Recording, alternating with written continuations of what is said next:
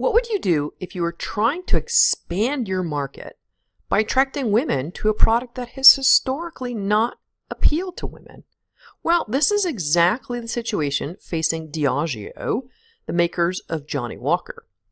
And the way that they're approaching it is by introducing a special edition bottle with Jane Walker, who they're positioning as an icon of women's rights, and in fact they're tying in the special bottle for $34 to coincide with Women's History Month and International Women's Day.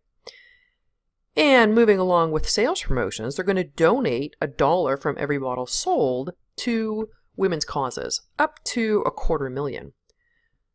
So would this, or will this approach to market segmentation, will it work for Diageo?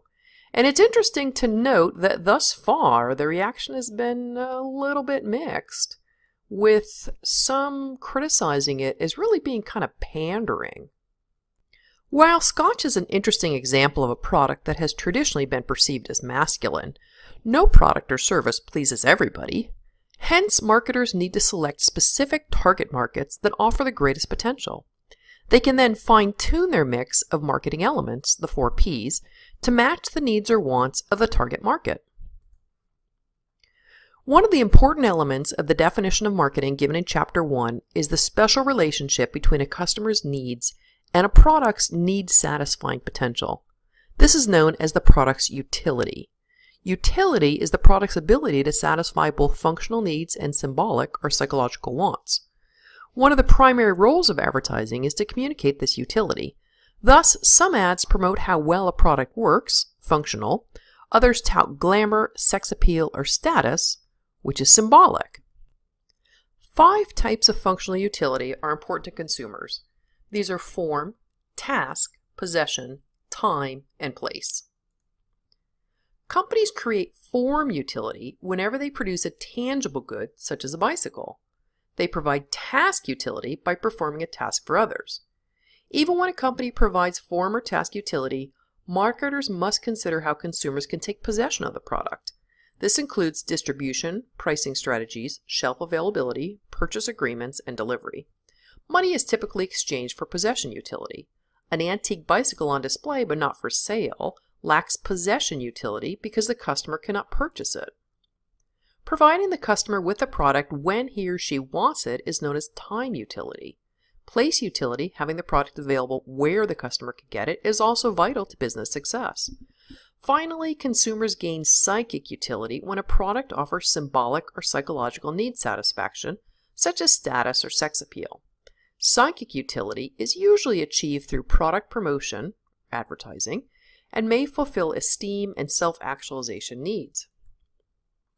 Any transaction in which a person or organization trades something of value with someone else is an exchange. Marketing facilitates these exchanges, thus increasing our potential for satisfaction. How?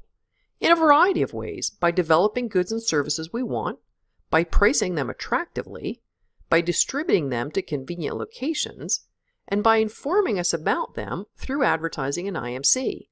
By providing information, advertising makes people aware of the availability of products and the selection alternatives among different brands.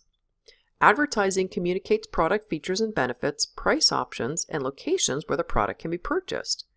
In the case of direct marketing, advertising can even close the sale.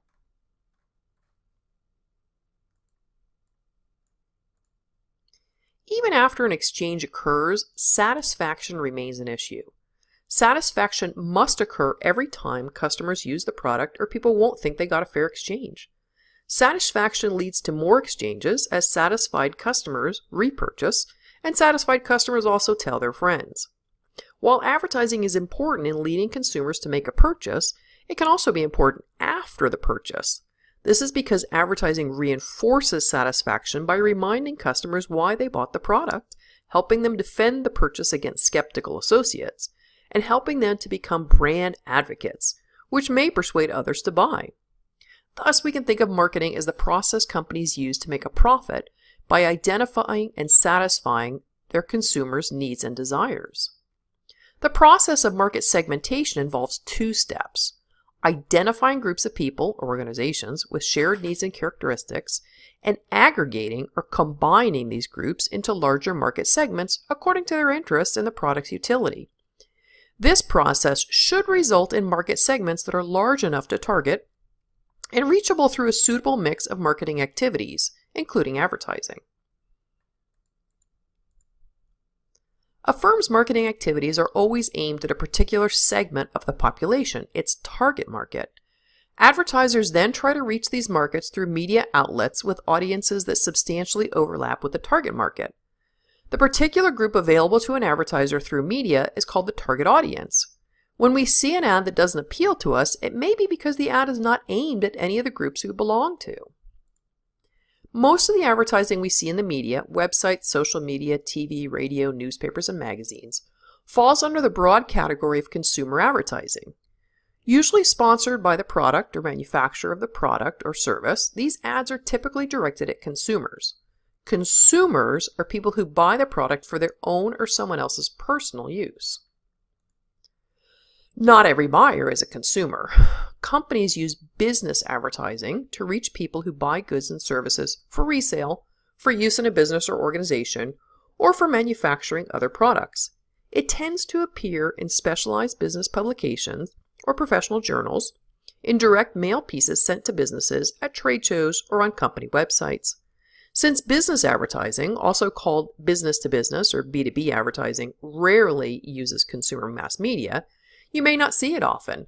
That doesn't mean there isn't a great deal of it, just that you are not a target for it quite yet.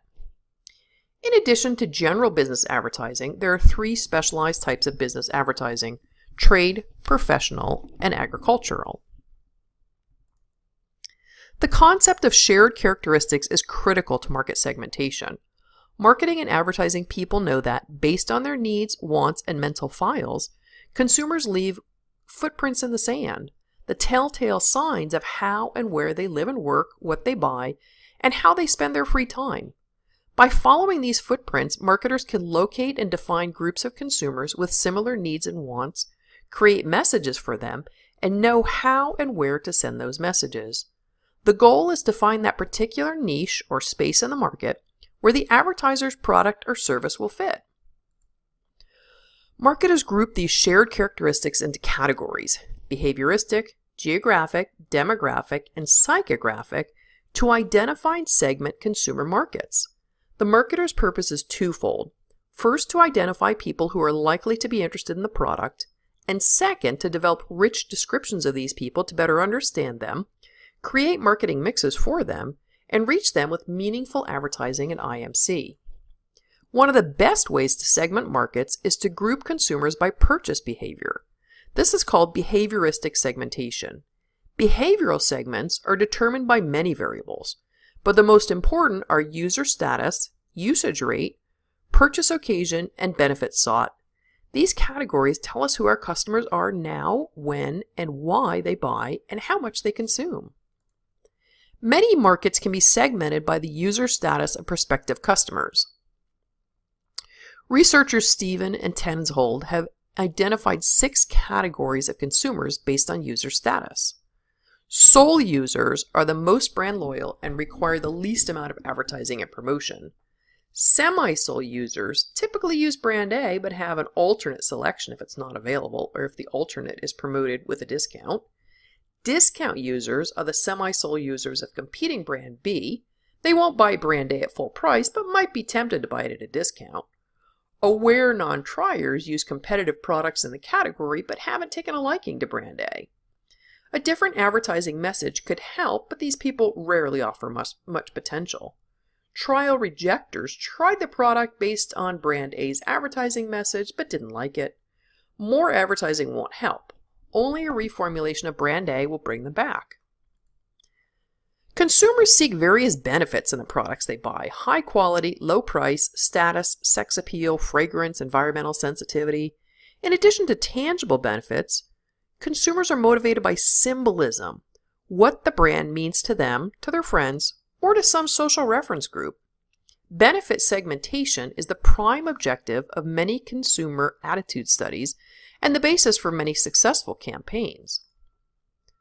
One simple way to define markets is by using geographic segmentation. People in one region of the country or the world have needs, wants, and purchasing habits that differ from those in other regions. People in Sun Belt states, for example, buy more suntan lotion. Canadians buy special equipment for dealing with snow and ice, products many Floridians have never seen in stores. When marketers analyze geographic data, they study sales by region, country size, city size, specific locations, and types of stores. Many products sell well in urban areas, but poorly in suburban or rural ones, and vice versa. This type of information is critical in developing advertising media schedules because with limited budgets, marketers want to advertise in areas where their sales potential is best.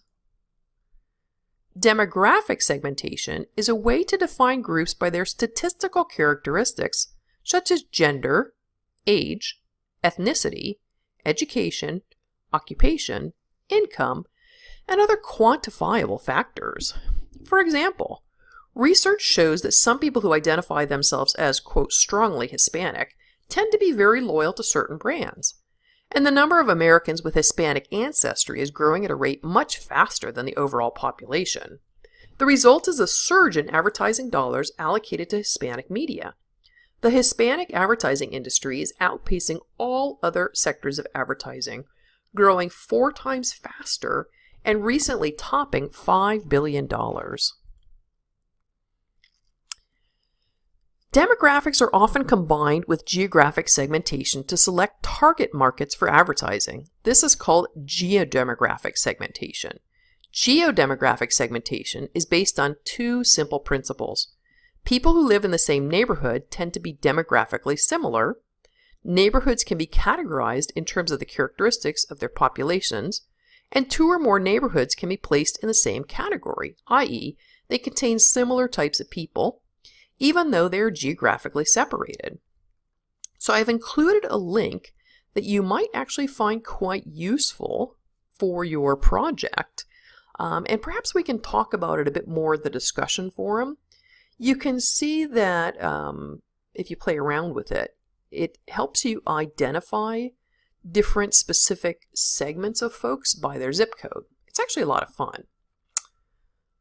So moving on, let's look at psychographic segmentation.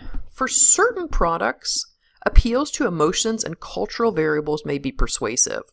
So some advertisers use psychographic segmentation to define consumer markets. With psychographics, marketers group people by their values, attitudes, personality, and lifestyle. This enables marketers to view people as individuals with feelings and inclinations. Then they can classify them according to what they feel, what they believe, the way they live, and the products, services, and media they use. Perhaps the best known psychographic classification system is VALS. VALS assigns consumers to one of 8 groups based on 2 dimensions, primary motivation and resources. Individuals, according to VALS, are primarily motivated to buy one of 3 things: ideals, or basic principles, achievements, or tangible markers of success or accomplishment, or self-expression, which is a desire for experiences or to take risks. In addition, people possess varying levels of resources, which include money, education, or self-confidence. Those with the fewest resources are placed near the bottom of the VALS typology, while those with the most are at the top. You'll also have a chance to, I'm going to include a link to VALS. It's a way to kind of see what category you might fall into. And I think you'll also find this useful, and we can talk about it in the discussion forum. All right, moving on to limitations of consumer segmentation. Advocates of psychographic systems claim they help address the emotional factors that motivate consumers. However, for some products, psychographics may offer little real value, especially since it oversimplifies consumer personalities and purchase behavior. Some typologies, such as VALS, are also criticized for being too complicated. So I'd be really interested to see what you think of VALS, whether you think it's useful or not. Still in all, it is important for marketers to monitor and understand their customers. It helps them select target markets, create ads that match the attributes and image of their products with the type of customers who use them, develop effective media plans, and allocate their advertising dollars wisely.